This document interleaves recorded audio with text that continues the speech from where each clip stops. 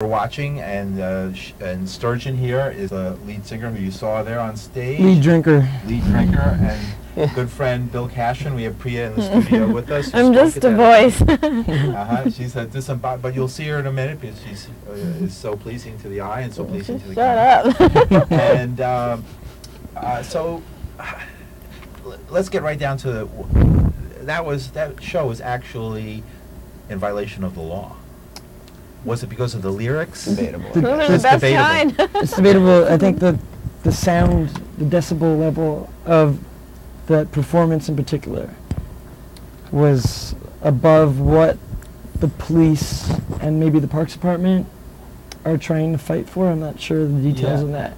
Bill But Cashman, you're really the expert on this one. You fought. I saw you right in the middle of it. Tell us what about it. What happened with the sound permit? Well, that show was one of two. Was the second of two shows, and before that, all the shows that people around us have done in the parks has never been held to 70 decibels at 100 feet, which is what. That's the sound level, 70 decibels at 100 feet, and Right. that's is that a loud or a medium or a low think sound level? the best explanation was it's the equivalent of a vacuum Like cleaner. 70 decibels at 10 feet is like a vacuum cleaner. So a vacuum cleaner at 10 feet in or a something crowd like like that of Yeah. hundreds of people, in a crowd of hundreds of people, you were required Thousands. You were required to play at a level of sound equivalent to a vacuum cleaner Right. No. No, vacuum no, cleaner no. at 10 feet. Yeah. at 10 feet. Yeah. From 150 feet away, it's going to be the volume of a vacuum cleaner. From Uh, 10 feet away, it's a little confusing, I suppose. Right, that is confusing. Well, to me. we should have bought a vacuum cleaner why here. was it a problem? Here, the problem is I don't get all this. What was the problem? it's complicated. They were holding it to it on the first day, and if we didn't turn the volume down, they were going to revoke the permit for the second day.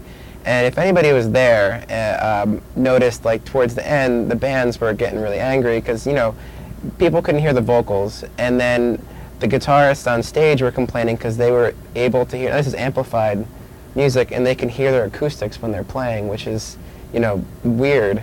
And it wasn't the sound system. We had a great sound system. They could actually hear the strumming of the guitar strings. Yeah, of which an they were electric complaining, guitar. so they would turn their knobs back up, and then we'd turn them down. It was a fight, so the levels were always changing. And they would and threaten to pull your permit. The second day, And they it did. was summons ticket. The second day, they said they were going to give me a summons. Expect a summons in the mail for $1,500. Who told you that? Who told you that? One of the police officers. One of the white shirts. A Yeah. police officer in a white shirt from the 9th Precinct Yes. came up and said that you should expect a Right. summons in the mail. Right. But the thing is that since then they never applied that before, and since August 3rd they never came back and enforced it again. Like at the jazz concert, the Theater for the New City play, the other punk rock concert, the Undead, all these other events, they never came back. Let alone never came back. Period. As a presence, and more specifically, never came back threatening other people if you don't keep it under this limit. So, maybe it was a coincidence, but really, it's personally, I'm not against the police, but have the police come for the first time to the Tompkins Square Park riot anniversary with this number, which isn't even in the law. It's not in the law. And so it's what's in the law is they basically get to decide what number to come up with, and when they give you the amplified sound permit, they write it in pen on it. So it's like a number they just made up. You didn't negotiate that number. Well, I never understood. I just saw it on the permit. It is hard to It wasn't there understand. it wasn't there before. But Norman Siegel helped us out that day. He's an attorney who was Yeah. formerly with the New York Civil When Liberties. they were saying we without turning off the sound system completely, because there were so many people there, there's not just decibels from the music. There's amplified sound, people talking. Like a car passes by and it goes up, a plane goes by. But just with that crowd there, the amplifications, the decibels are going to be louder, and the music gets absorbed by people, so it's going to be even quieter. And Norman basically told the police from my cell phone that, you're supposed to be measuring amplified sound, not amplified sound plus all the ambient sound. And basically, went off great, but then, when they never came back, Who's they? the police, when they never came back, for other shows. Like that's one of the reasons, you know. Yeah, tell me a little bit about that, because I saw you running around a week later with something. What did you up and do? I bought a decibel reader, which What's a decibel reader? it just reads the sound decibels, you know. And you know, I know it's not calibrated the same way as theirs, and it's not the same piece of equipment, but it didn't matter. It was just You went to Radio Shack and just bought one. Yeah, it was like way cheap, and theirs probably way more expensive and more precise. But the point being is, I was out there making a point, like, oh look, I'm standing here.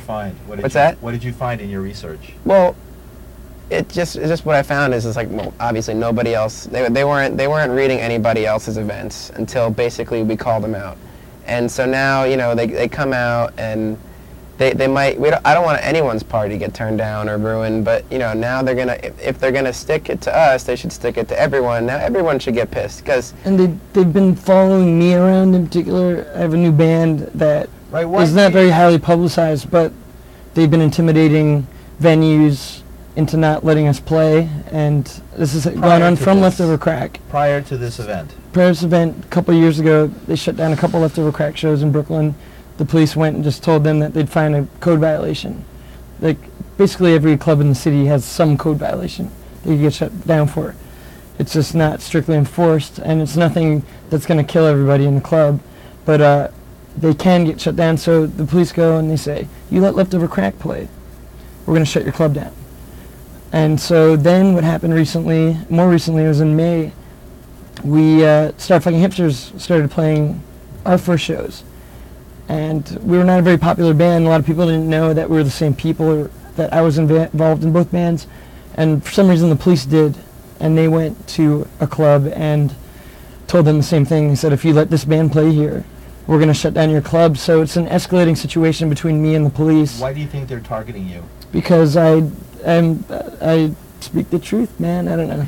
I speak out against police because they're brutal, corrupt pigs. In my opinion. I mean, not all of them, obviously, but I think if you're in that gang of people, that there's a code that's unspoken, that you have to support other corrupt police when they shoot someone 50 times. It's your job. Part of your job is to back them up no matter what. Otherwise, the police force would fall apart. You'd have two warring factions, you know? So even if you're a good cop, you're still not a good cop, because you're still supporting these poor decisions and these brutal consequences and deaths and rapes and murders. We're broadcasting live, by the way, so if someone wants to call the number that's on your screen and have a comment or question about what you just heard, feel free. We're really open to your comments and to your participation in the show. Let them talk. I'm Paul DiRienzo, Sturgeon from